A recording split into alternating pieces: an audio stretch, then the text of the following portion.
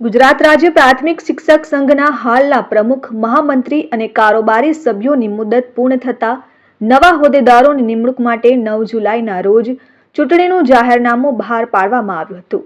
ઉમેદવારી પત્રો પરત ખેંચાયા બાદ પ્રમુખ અને મહામંત્રી પદ માટે ત્રણ ઉમેદવારો મેદાનમાં રહ્યા હતા. રાજ્યના સૌથી મોટા શૈક્ષણિક સંગઠન એવા ગુજરાત રાજ્ય પ્રાથમિક શિક્ષક સંઘના પ્રમુખ અને મહામંત્રીના પદ માટે ગતરોજ ચાણક્ય ભવન ગાંધીનગર ખાતે મતદાન યોજવામાં આવ્યું હતું. મતગણતરીના અંતે ફરી એકવાર પ્રમુખ તરીકે દિગ્વિજયસિંહ જાડેજા ચૂંટાઈ આવ્યા છે.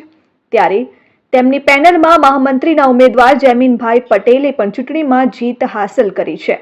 રાજ્યની પ્રાથમિક શાળાઓમાં ફરજ બજાવતા અંદાજિત 2.5 લાખ શિક્ષકોના સંગઠન એવા ગુજરાત રાજ્ય પ્રાથમિક શિક્ષક સંઘની ચૂંટણી સંદર્ભે વધુ માહિતી આપતા સુરત જિલ્લા પ્રાથમિક શિક્ષક સંઘના પ્રમુખ કિરીટભાઈ પટેલે જણાવ્યું કે આગામી 3 વર્ષની મુદત માટે પ્રમુખ માટેની ચૂંટણીમાં કુલ 474 મતદારો પૈકી 472 મતદારોએ મતદાન કર્યું હતું.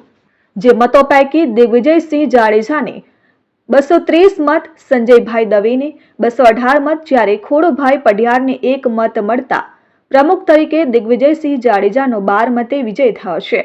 જ્યારે મહામંત્રી પદની ચૂંટણીમાં કુલ 472નું મતદાન થયું હતું, જે પૈકી 469 મત માન્ય રહ્યા હતા. માન્ય મત પૈકી જયમીનભાઈ પટેલને 227 મત, સુલતાનભાઈ કટારાને 218 મત, જ્યારે જિજ્ઞેશભાઈ ગોરને 1 મત મળતા મહામંત્રી તરીકે જયમીનભાઈ પટેલનો 9 મતે વિજય થયો છે. પ્રમુખ અને મહામંત્રીના પદ માટે અનુક્રમે ખોડુભાઈ પઢિયારે સંજયભાઈ દવેને, જ્યારે જિજ્ઞેશભાઈ ગોરે સુલતાનભાઈ કટારાને ચૂંટણી પહેલા ટેકો જાહેર કર્યો હતો. ભરૂચના 13 મત અને ગીર સોમનાથ જિલ્લાના 10 મત બંધ કવરમાં રાખવામાં આવ્યા છે. આ મત હાઈકોર્ટના ચુકાદાને આધીન ખુલશે.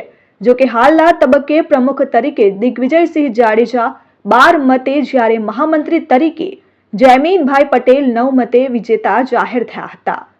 Jignesh Thakor, RN news, Olpad.